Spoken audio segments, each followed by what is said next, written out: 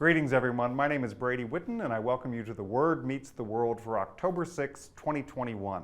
So COVID-19 deaths in the U.S. topped 700,000 this week, despite the fact that 3 effective vaccines have been available since December of 2020. Statistics show a vaccinated person's chances of being hospitalized or dying from COVID-19 are 10 times less than that of an unvaccinated person, and yet many in the U.S. still refuse vaccination. 11 months after their availability, 55% of U.S. citizens are fully vaccinated, with an additional 8.8% partially vaccinated. Now, some refuse vaccinations for medical reasons, others as an expression of individual freedom and liberty, and still others refuse on religious grounds. Some even suggest that the COVID-19 vaccine is the mark of the beast that's spoken of in the book of Revelation. Well, what is this mark of the beast? What about the number 666? And do either of these biblical symbols have anything to do with the COVID-19 vaccine? That's our topic for today's The Word Meets the World.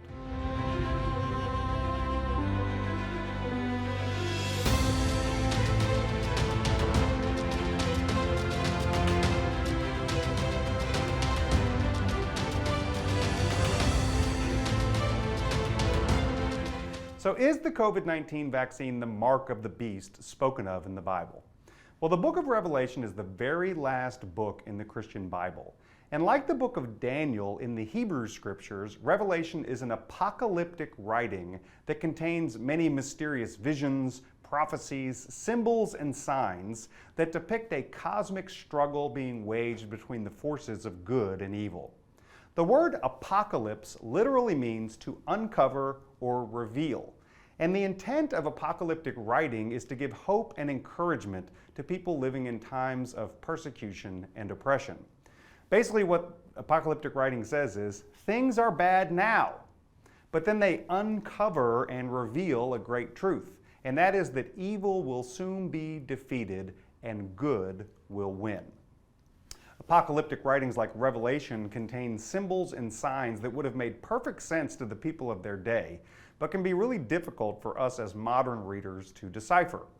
So one of the symbols in the book of Revelation we read about in the 17th chapter, and it's a woman clothed in purple and scarlet. So let's read this and see what it says. So this is Revelation 17, 3 and 4. It's around there. So this is what we read. I saw a woman sitting on a scarlet beast that was full of blasphemous names, and it had 7 heads and 10 horns. The woman was clothed in purple and scarlet and adorned with gold and jewels and pearls, holding in her hand a golden cup full of abominations and the impurities of her fornication.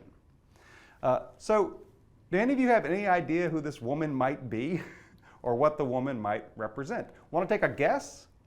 The writer gives us another clue about the woman if you keep reading down in verse 6. It says this, I saw that the woman was drunk with the blood of the saints and the blood of the witnesses to Jesus. It's generally accepted that Revelation was written at the end of the 1st century during the reign of the Emperor Domitian.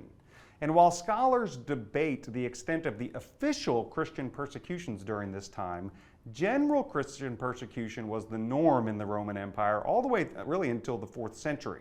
So Christians were crucified, they were fed to lions, they were sawed in half alive, they were made into human torches.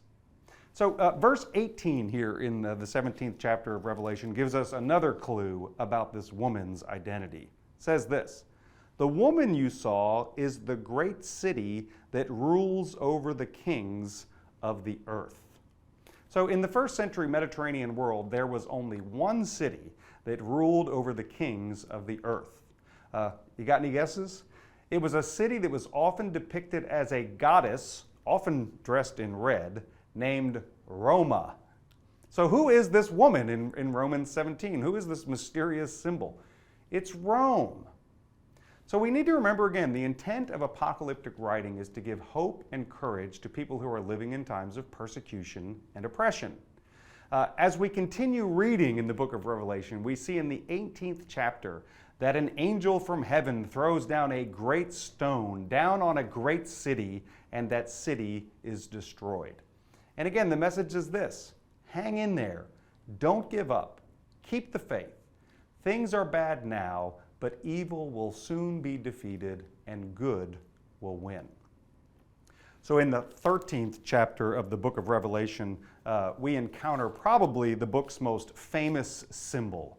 And it's this: a beast that causes all, both great and small, both rich and poor, both free and slave, to be marked on the right hand or on the forehead, so that no one can buy or sell who does not have this mark.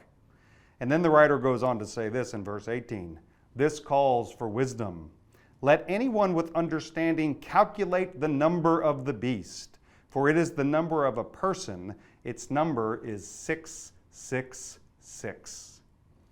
So the mark of the beast and the number 666 have captured people's imaginations for thousands of years. Throughout those years, the beast has been identified with the Roman Catholic Church, the papacy, Freemasons, the leaders of Israel, Islam. Some said Barack Obama was this beast. Other people said it was Donald Trump. And the mark of the beast, this mark that would be on people's foreheads and hands, has been identified with UPC codes, GPS, smartphones, microchips, and most recently, because of this idea that those without the mark can't buy or sell, the COVID-19 vaccine.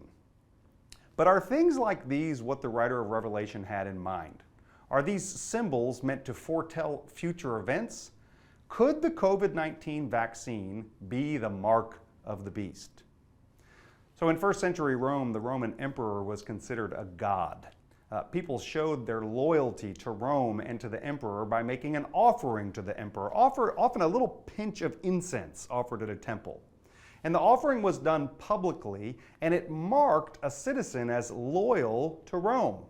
If someone didn't make the offering, they would have been ostracized by the community and not allowed to buy or sell in the marketplace, or worse things would happen to them. Well, one of the ways that Christians stood out in Rome is that they wouldn't make the offering to the emperor as God. Jesus was their Lord, not Caesar. And so they refused to take on the mark of the beast. And this was one of the ways that they were identified as Christian, and it's one of the reasons they were persecuted. So what about this number 666? So many scholars believe that the number 666 is something known as gematria.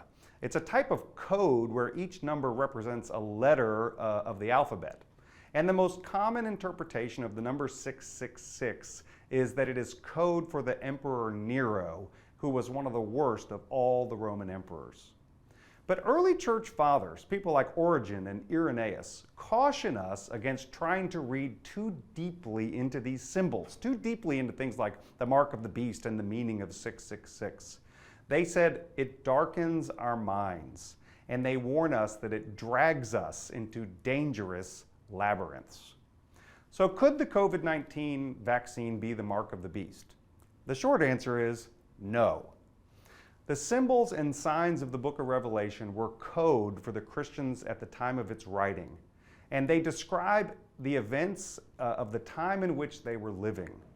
By using symbols and signs, these persecuted people could encourage one another without putting themselves in further danger with the authorities.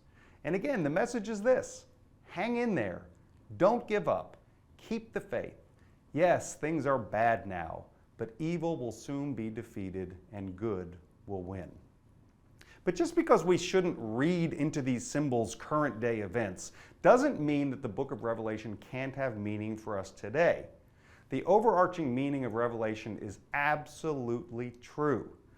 There are tough and difficult times in life. Our faith in God and in Jesus Christ will be challenged. And when we find ourselves going through those times, we need to remain faithful. God's enduring love will carry us through, and in the end, love will be triumphant. So I can't tell you how many the number of times that I've found myself at the end of my rope and turning to the triumphant vision that we read about in the 21st chapter of Revelation.